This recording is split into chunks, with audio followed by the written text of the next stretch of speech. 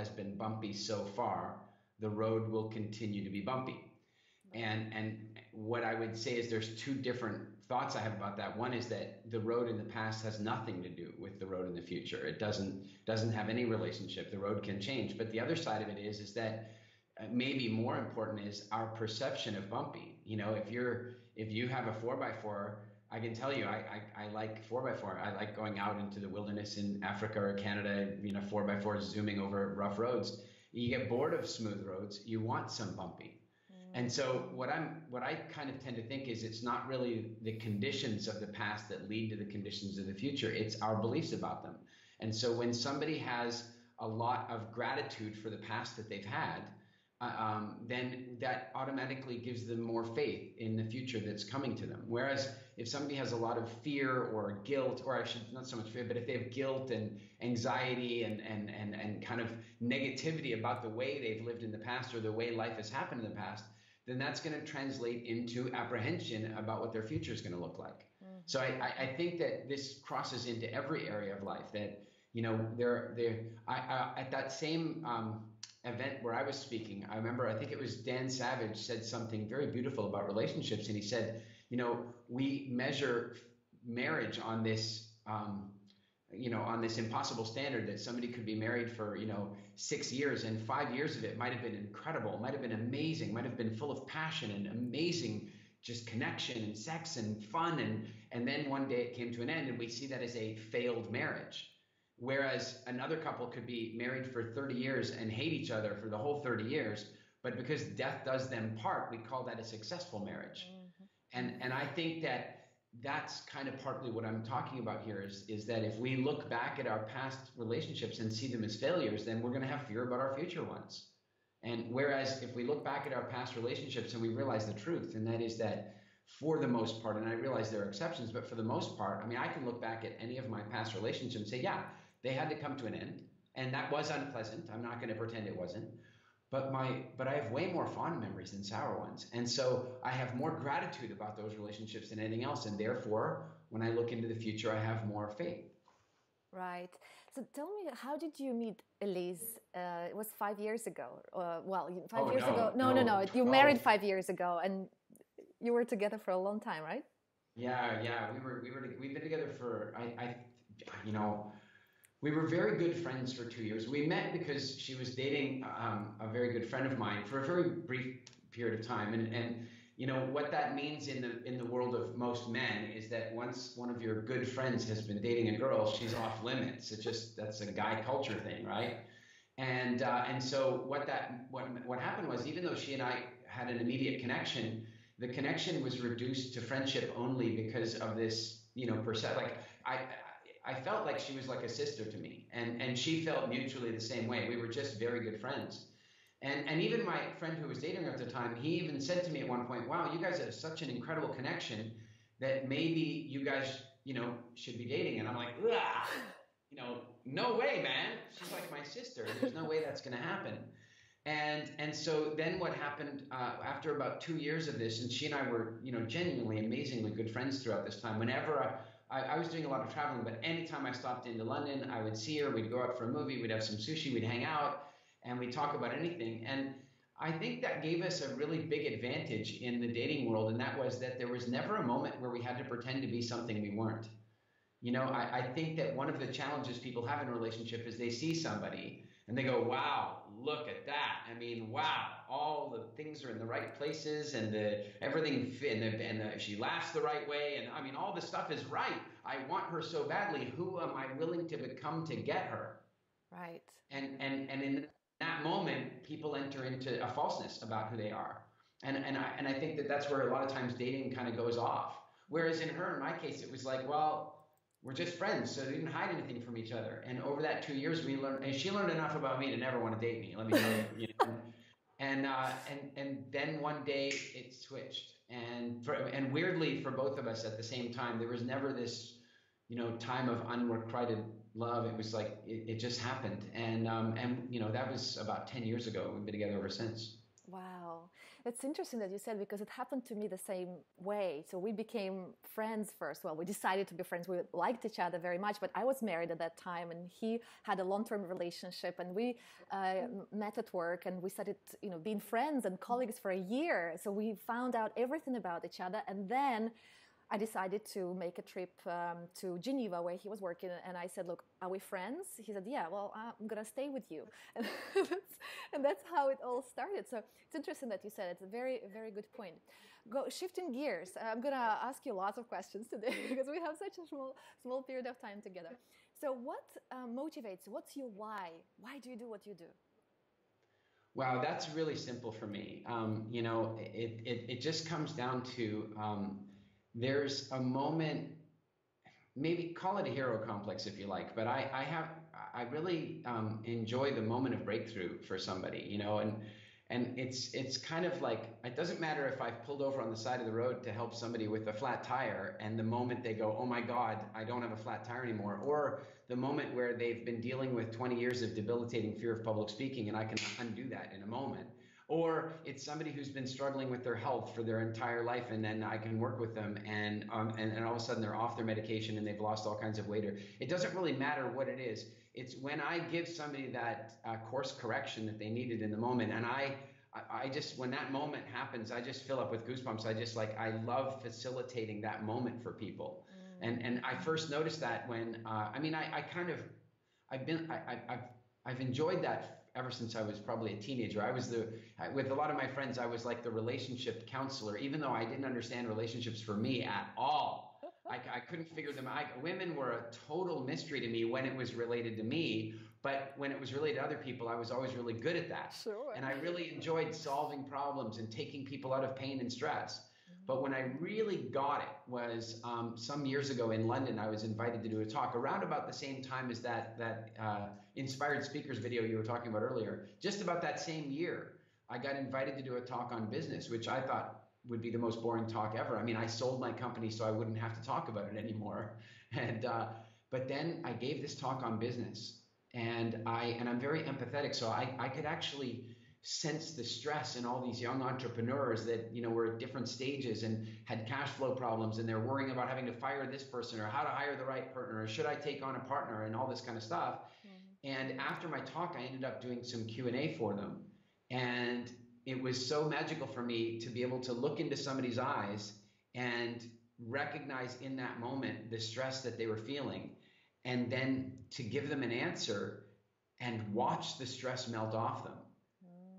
And I just loved that moment so much that I've dedicated a huge amount of my life over the last 5, 6, 7 more years with helping people. And it's not, I joke about it being a hero complex. It's not that I'm so particularly brilliant in any one area. I just have a whole lot of curiosity, and I love to help people, and I love to ask questions. And sometimes I'm just very good at asking the right question that helps somebody find the answer that they've been looking for. And I really like doing that. Well, that's great that you said, because I think you're brilliant, and I'm sure many people think that you're brilliant. But what you said, and that actually leads to my next question, what are those successful keys to your public speaking? Because obviously you are a master in that, and I know that it takes at least 10,000 hours to do that. But what are the things that everyone can do already starting now?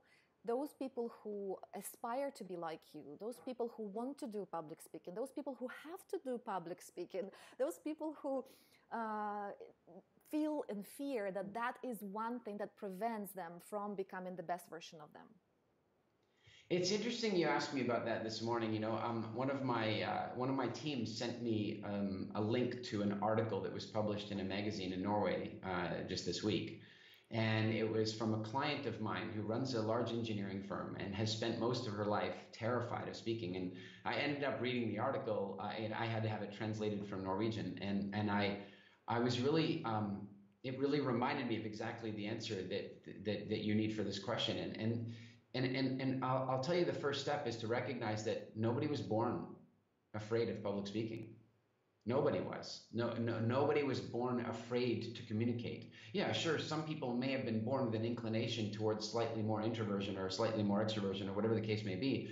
But an actual fear of communicating is something that is taught to us through, really through Ignorant adults, and I mean me too, all of us, because once we become adults, we forget what it was like to be a child. We forget that children are born without many of the rules and meanings about how the world works. And so every interaction a child has is them building their rules for how the universe works. And so when a teacher, for example, tries to punish a student that wasn't paying attention in class by asking them for the answer, they think they're teaching the lesson, pay attention, but what they're really teaching is the lesson that public speaking is terrifying. And so the first step is to recognize that everybody was a natural born communicator. Now, many people are now behind because somebody conditioned them, taught them, made them feel fear about it. And so first, by recognizing that we weren't born with that, then we can move to the next steps. And you know, that's a much longer conversation than we can probably handle here, but there are some basic things like recognizing that fear and excitement are the same thing. They're exactly the same thing. There's only one real difference between them, and that is what's happening in your head when you're feeling them. You know, our formula that we have for this at our Speaking Academy program is that nervousness is just excitement with a negative expectation. Right. That's it, you know, whereas excitement is just nervousness with a positive expectation. Exactly. And so what's happened for most of us is that we've gotten to this place where we become afraid, and then we fill our head with images of terrifying outcomes, and no wonder we have more fear. And then one last thing on this that's so valuable, and that is never let the audience see that you're nervous. Never tell them never tell them you're nervous. Never show them you're nervous. Like, don't do that. And here's why.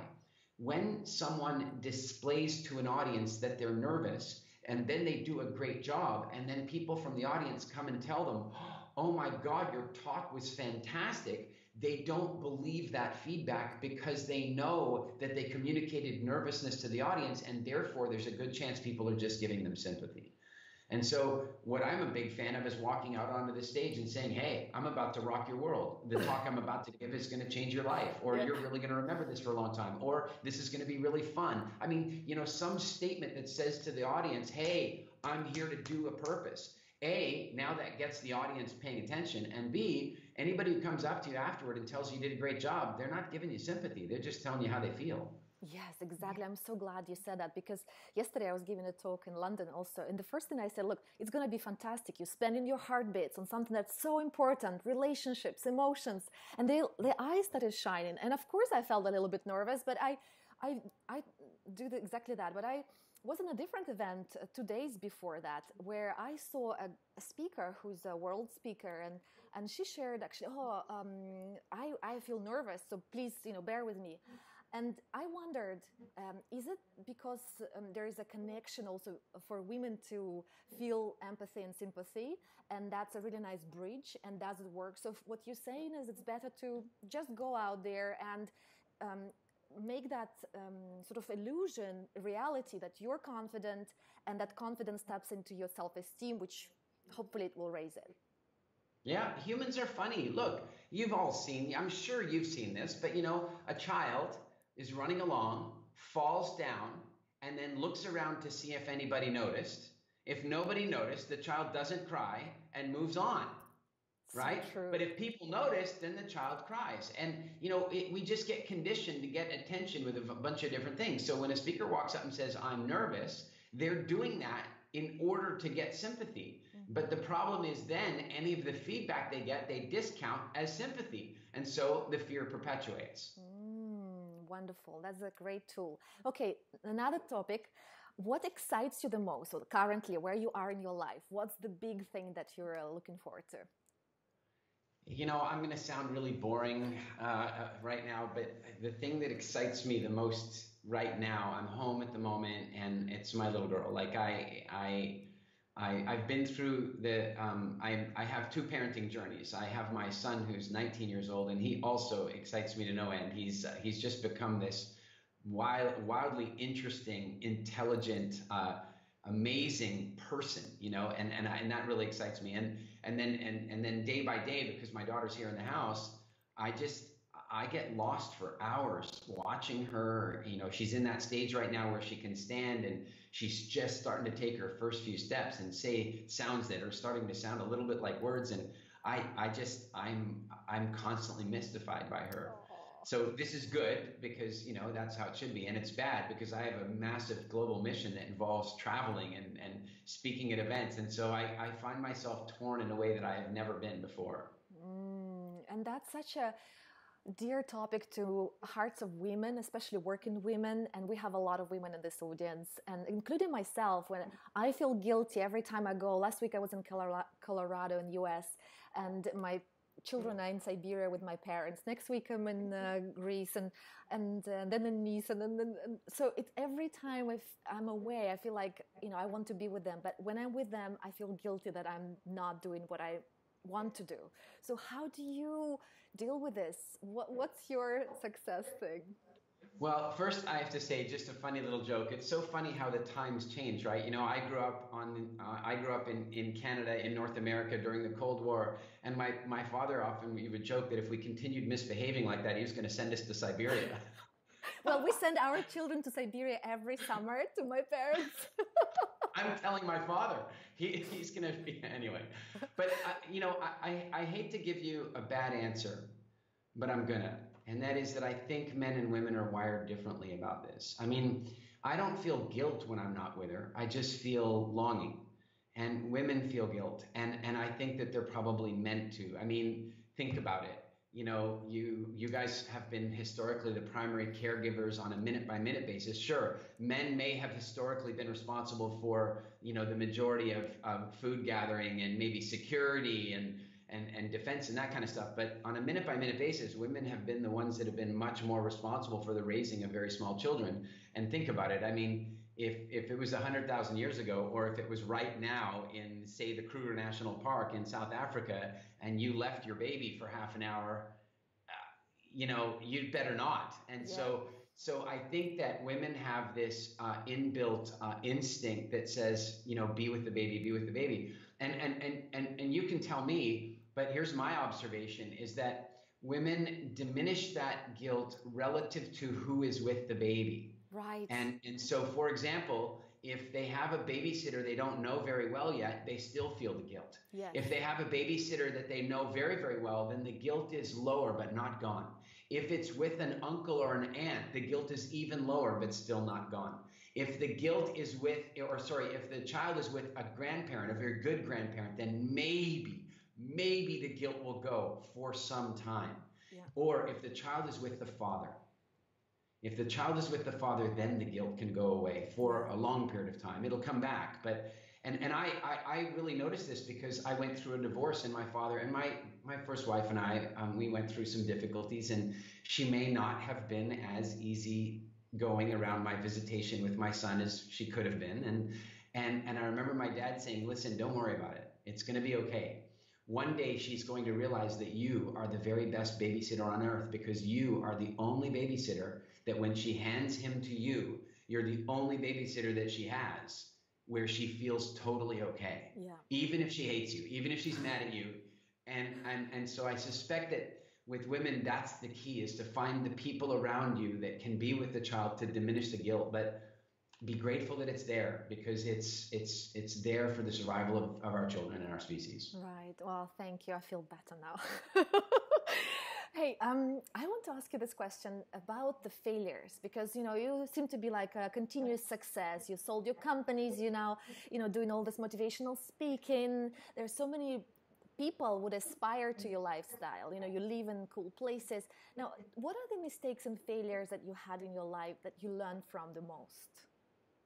There are so many. We could do a monthly webinar, you and me, on my mistakes. We should do that. I really I want to be clear that the old cliched, I think it's the story about Babe Ruth. For a long time he had the most home runs in history, but what most people didn't talk about is he also had more striking out than anyone in history, more failures than anyone in history. So I think that the first thing I'd say is that if it appears that I'm living a great life and that I've gone from success to success to success, it's only because in the average I've been successful. But that has always been in a sea of experimentations that some people may see as failures. I had a great job at one point. I had my very first job. I was the very first full-time employee for a tech company in Vancouver, Canada. I helped grow the company to, to be in 4 countries with hundreds of employees doing millions and millions in sales. And in the end, I had to quit that job. And I regarded that largely as a failure because I felt like I should have managed my relationship with my employer better. I mean, frankly, I left because he'd promised equity and shares and didn't deliver them. But if you really think about that, isn't that my fault for doing the work before getting the contract? That's what I did, is I kept doing the work on trust. And I recognized that that's a failure, that contracts are important. I then started a business after that. And that business, I mean, yeah, if you want to look at it in the 9th year when I sold it, it looks like a phenomenal success. But I can tell you that in year 4, I was sitting in my bathtub in my house in Bristol, England, wishing that I could have a nervous breakdown. Literally wishing that I could have a nervous breakdown because I had figured it all out. I mean, if I could just have a nervous breakdown, then when my business failed, nobody would blame me anymore. That they go, oh, poor Eric, he had a nervous breakdown, no wonder, right? But it didn't matter how much I asked for one, it just wouldn't come. Like, I don't know how to have one. I wanted one, I was freaking out, I had anxiety, I had just heard from my accountant that we were not going to be able to make our payroll bill at the end of the week, and it was 60,000 pounds, and I didn't have the money, and that meant I was going to lose my whole company. I mean, this seems like a very good time to have a nervous breakdown, but it wouldn't come. And so I went to work. And I went to work and I continued working, and I decided, well, look, it may be my last 4 days in my company, but I'm not going to let my staff know that. And also, I'm going to just enjoy it as much as I can. I went to work, I laughed, I played, I got my work done, and boom, the money came in. And, and I'll tell you something, people will think that maybe, I must have watched The Secret that week and money magically arrived in my mailbox. No, I had worked really hard. I had cultivated great relationships with my clients. And one of my clients understood that we were having a cash flow problem and paid one of his bills to us a month early and saved my bacon. That wasn't a miracle of the world. It was, our company had been doing the right things for people for a long time, but we didn't know that was going to happen. And so, that week to me was both of a huge failure and a huge success. I could keep going, but one more. I mean, I after selling my company, I had all this money. I mean, basically, if I was really smart, I would never have had to work again, ever. And then I took all of that money and I trusted some gentleman in California, and I bought a movie studio, which immediately turned out to be a phenomenal fraud. Now, I mean, I did end up with a movie studio, and that was very cool. I got to work on movies like Pirates of the Caribbean and Iron Man and Avatar, and I got to do the coolest things. It was amazing. But I also got to lose all my money. And, that could be considered a big failure. But then at the same time, we started other businesses during that time, and I made lots of money. And so I would say this. I don't really regard failure as failure. And that may sound a little cliched, but I don't think of mistakes as mistakes until I repeat them, right? Something you do once and it didn't work out the way you wanted to, that was an experiment. And that might be in some cases, like my first marriage was an experiment. I had an experimental marriage that it didn't work out. By the way, 90% it worked out. And then one day it turned out it didn't. It wasn't a failed marriage. It was my first successful marriage. And my business, I mean, I was very lucky in the end. We did very well, but I had many failures in the middle of it. But those failures are what created the success. Without some of the failures you had, I might have lost the business. So that's my rant on failure. Please, I really believe that, the minute we call it a failure, we hurt our own self-esteem. Instead, we go, well, I was brave enough to experiment. And it turned out I didn't like the results. Let's not do that again. That's such a great tool. I'm so glad you said that. And also, I wondered how you managed to get to teach Tony Robbins' team and Howard Ecker and all these like big speakers, because I remember you shared, and for those who are watching, you can just YouTube Eric Edmeades, and there's a great talk on how he did that. So just watch it. They're very short. You can do 3 or 4 in Mind Valley. Okay, you need to just search Mind Valley and Eric together. And I wanted to ask you, how did you manifest all this? Because a lot of people think, well, the secret, I'll just imagine this and it will happen to me. It will come to me. And what's your take on that? So I should share this first of all, that most of the people, I know most of the people in The Secret, and many of them are very, very dear friends of mine. And I want to be really clear, having worked in the movie business, I've had a glimpse at what goes on to make a movie. And one of the things that happens is called editing. And in the movie The Secret was edited. I know those people. I don't think any one of the ones that I know believe that you just sit there and meditate your way to an Aston Martin. The part that got edited out of that movie is the part where every single one of those people said, hey, see it done, visualize it, imagine it, connect with the future, and then do some stuff. Do some stuff. Yeah. Like do some things, inspire things, but do them and create attraction through your action. And so I think that part was really missed in The Secret because, the movie was made for the lowest common denominator, people who want stuff for free and to do nothing. And so the movie created a lot of inspiration in people, and then people sat around with their crystals and burnt incense, and enough of them created miracles doing that it, kind of continued the idea. But I will put to you that the vast majority of the miracles inspired by that movie were combined with action of some kind. So in my case, as you said, the story of how I kind of manifested my relationship with Tony and coming to get to know Harv and my friendship with Jack Canfield and others. There is a neat story about that online. I think it's on Facebook and on YouTube. But here's the main part of it without having to retell the whole story. And that is that I was in a situation where I had already handled my business life. And this is one of the challenges that we face today, is that a lot of people go, oh, I want to go out and change the world and money's not important to me.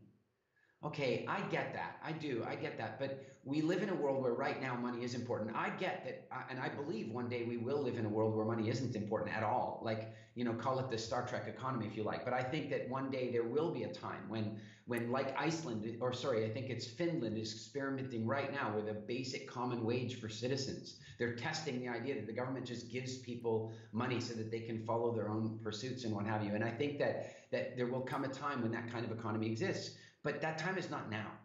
And right now, if somebody wants to have a massive impact on the world, I have these people come to me and go, I want to change the lives of children everywhere. And I go, great, how are you going to pay for it?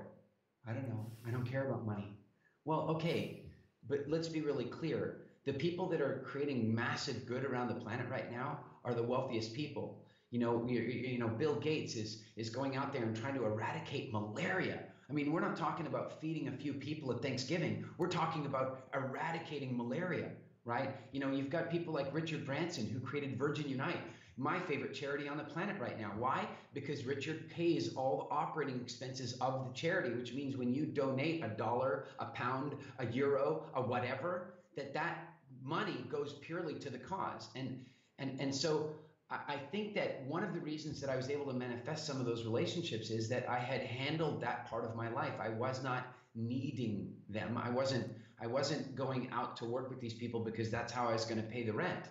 When I got the phone call to go and work with Tony Robbins, I got the phone call to work with Tony Robbins because I was successful.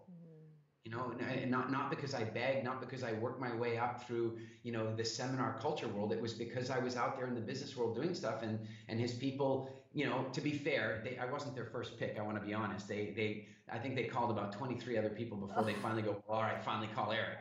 But you're so humble. What's that? You're so humble. No. I'm telling you, it's true. I'll tell you how the phone call went. The guy called me and he goes, Eric, Tony wants you to come and, teach business and marketing at his business mastery program.